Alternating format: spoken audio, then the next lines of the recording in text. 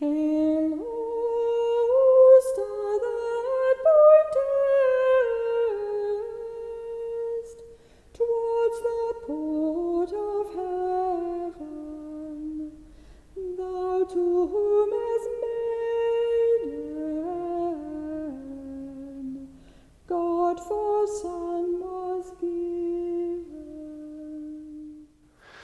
Welcome to this series of short talks introducing Divine Worship Daily Office.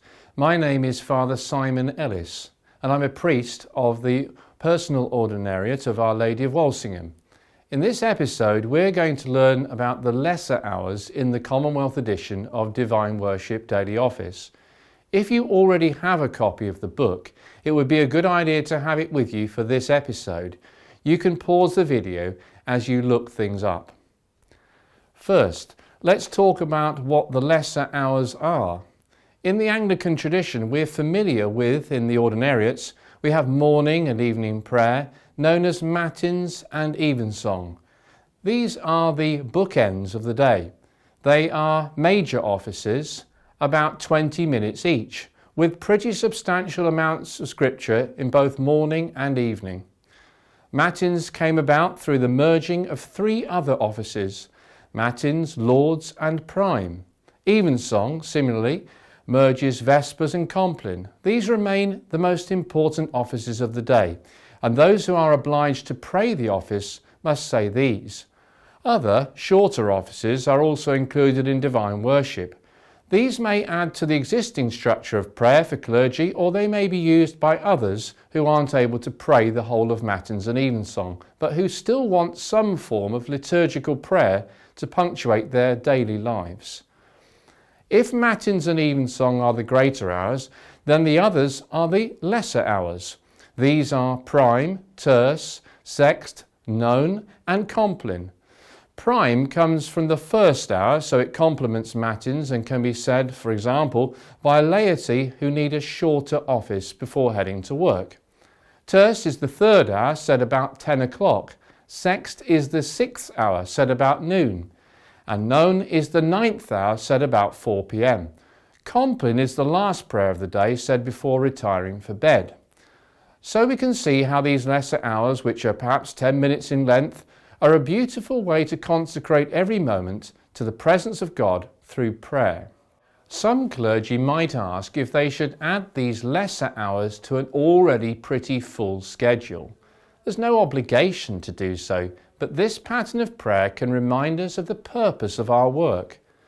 Psalm 119 is said throughout Prime, Terce, Sext and None each day, and it constantly addresses God with the kind of intimacy a priest enjoys.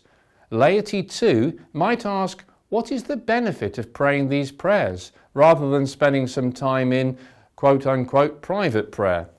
Well, because the office is the prayer of the whole church, when it is said, it is never just private, even if it's said alone, but a joining with the public prayer of all Christians, a consecration and hymn of praise to God.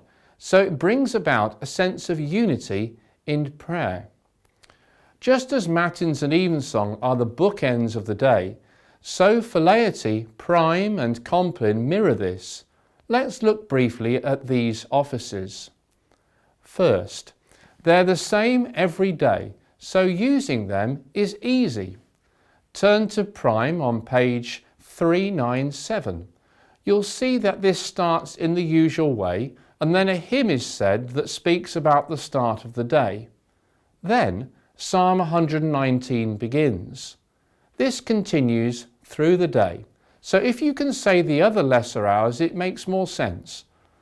Look, for instance, at how after the first three introductory verses, every other verse addresses God directly. Thy, thee, thou. A constant recalling of our day back to God. On Sundays, the Athanasian Creed has been a feature of the office of Prime for centuries.